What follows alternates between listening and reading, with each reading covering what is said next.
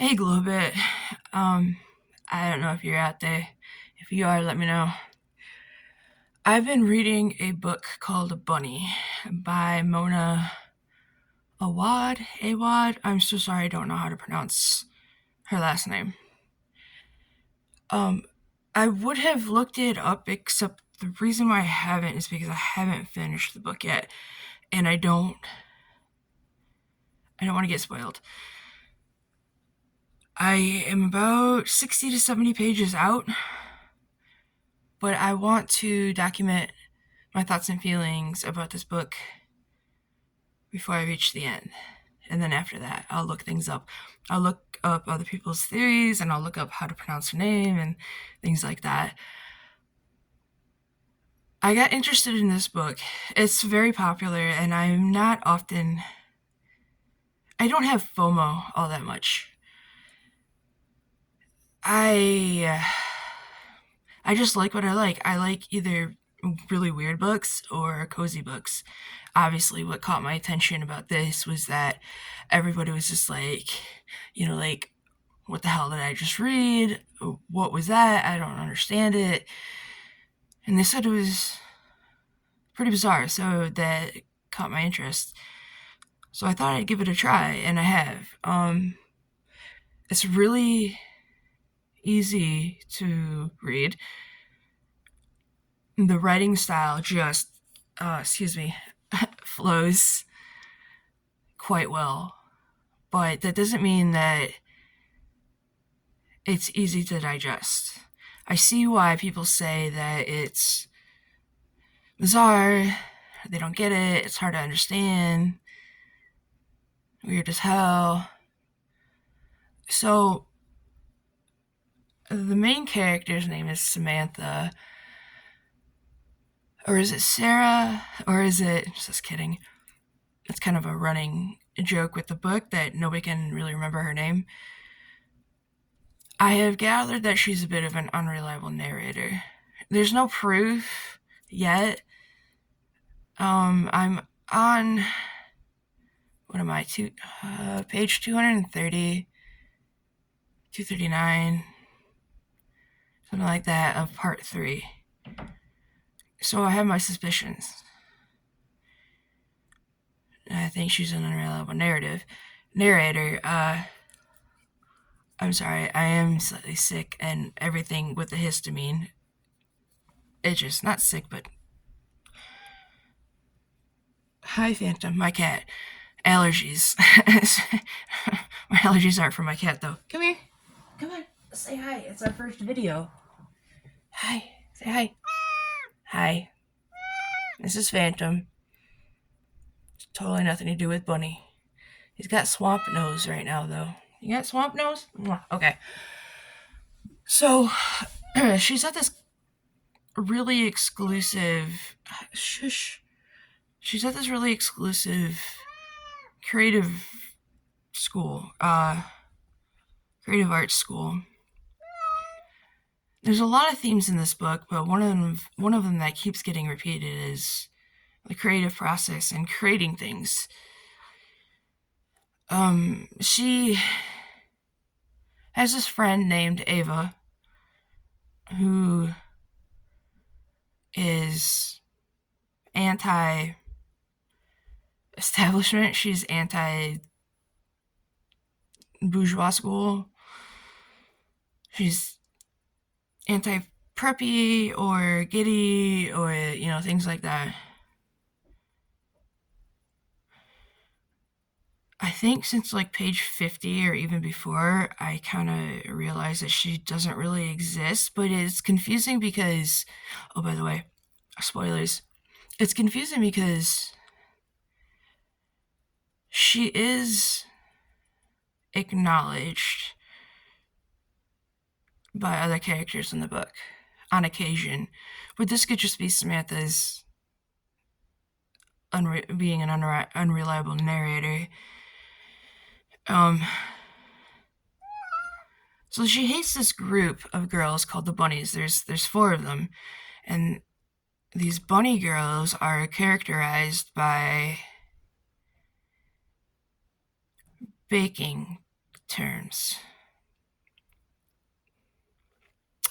Like, one of them is literally called Cupcake Girl, but they often come off as smelling like sugar and spice and nothing nice.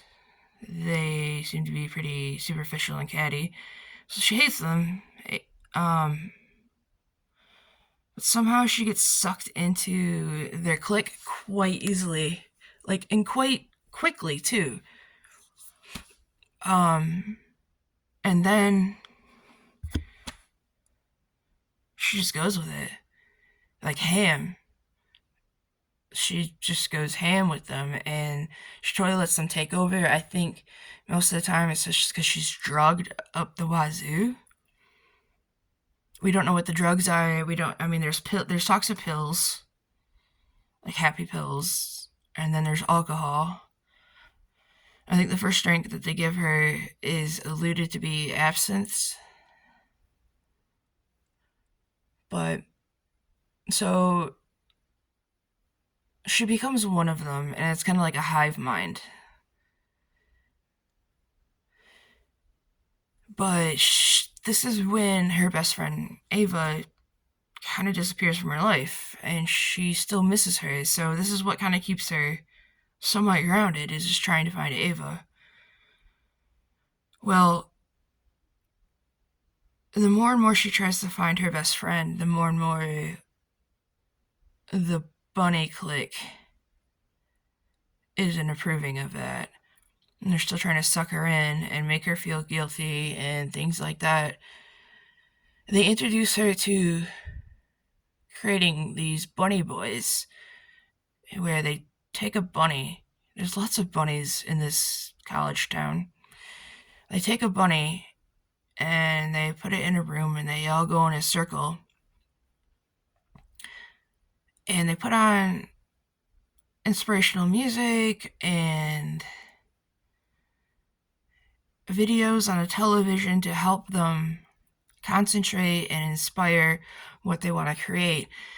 And lo and behold, once they obtain that level of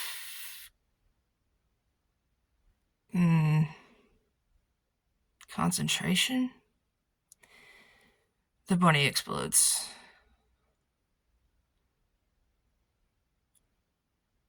In a heap of a mess. What that does is it creates a guy, not in the room that they've done this with, but it's always on the outside of the door of the room that they're in. Don't know why. But these guys are almost everything they want them to be, but their hands are disfigured, and their private areas either aren't there or they're not functional, so that always is a letdown. They're never perfect. So you have bunnies who are sacrificing bunnies to create things that they're not really all that happy with. But, it's the creative process. Eventually, Samantha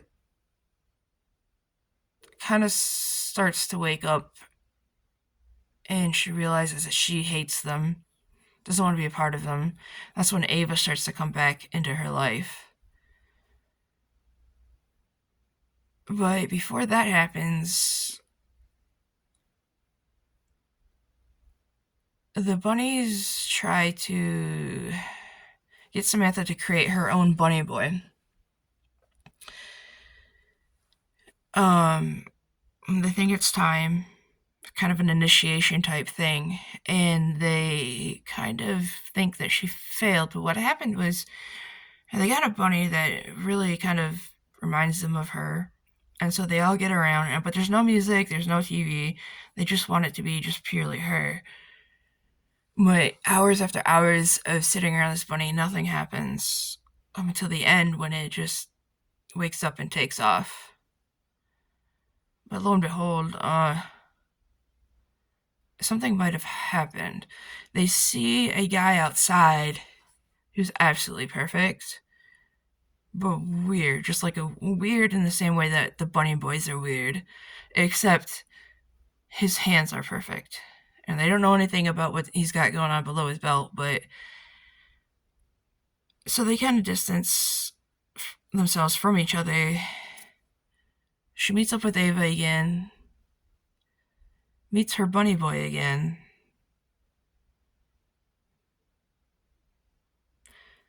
And bunny boy is named Max, and Max and Ava are a thing.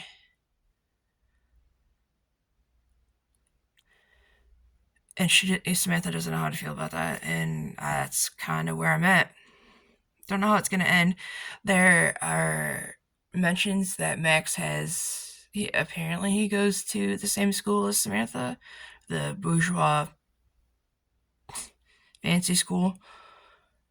He's working on a project, and it's a huge secret, and he can't wait for Samantha to see it. So, I'm wondering what that's gonna be about.